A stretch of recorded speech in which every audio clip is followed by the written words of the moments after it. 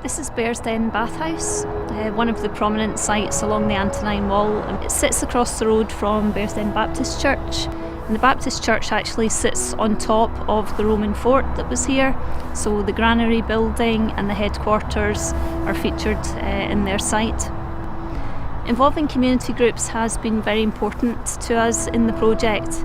It's all about raising awareness of the wall, and what better way to do that than to involve the communities living along the length of the wall. Initially, we undertook extensive community consultation, so we ran community consultation events along the length of the wall, speaking to communities.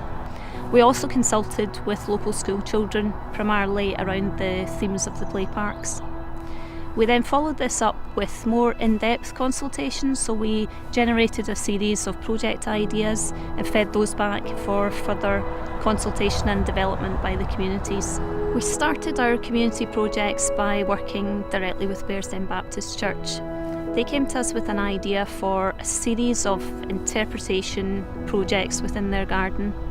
The first of these was a mosaic that was to be designed by the local community and to have a Roman theme.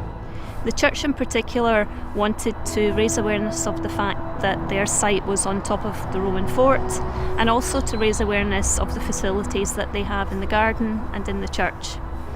When they approached us, they were really looking for some professional support in terms of procurement and project development, but they already had proposals in place, and we've worked with the group over a couple of years now to help them turn their ideas into reality.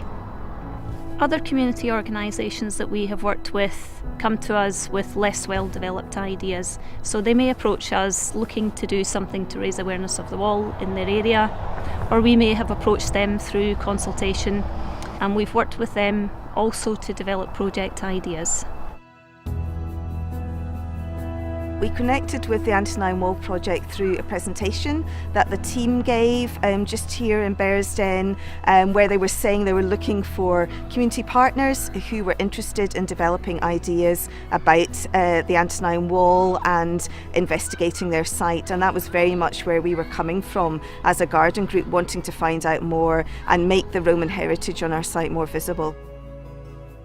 Then we were eventually successful in getting funding for one of their community projects. The mosaic was one of the first things that we did as part of the project, and the whole idea behind it really is to show some of the things that the Romans ate and the flowers that they cultivated, the things that they brought with them. So we know they brought figs and they imported wine, and lots and lots of things from all across Europe ended up here in Bearsden, which is really quite amazing. We've been able to make that link between the bathhouse and this part of the fort, which has been really great. And also the children have enjoyed understanding more about the Roman heritage. We've been able to have lots of fun in the garden, being Roman soldiers, thinking what it was like to live back in those times, being able to make links with local schools.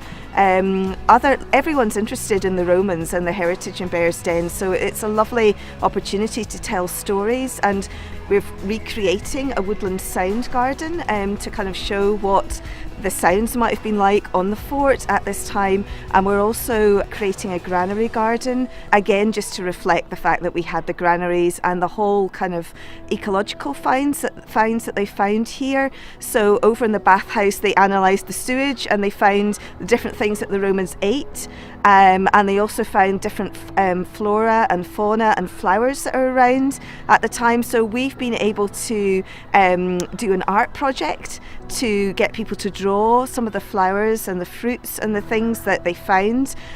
So it's opened up a whole load of different opportunities and connections with different community groups that we wouldn't have known about had we not met with the Antonine Wall project team. I trained with the Antonine Wall project as a 21st century legionnaire, which basically means that I can gain knowledge about the fort, read various books about Roman history. So I just became more enthused about it, finding out that this is actually part of a World Heritage Site, along with Hadrian's Wall and the German Limes. But this was the northernmost part of the Roman frontier. So having local volunteers make them ambassadors of the local heritage, and they will then spread the word and help preserve the monument and engage with it.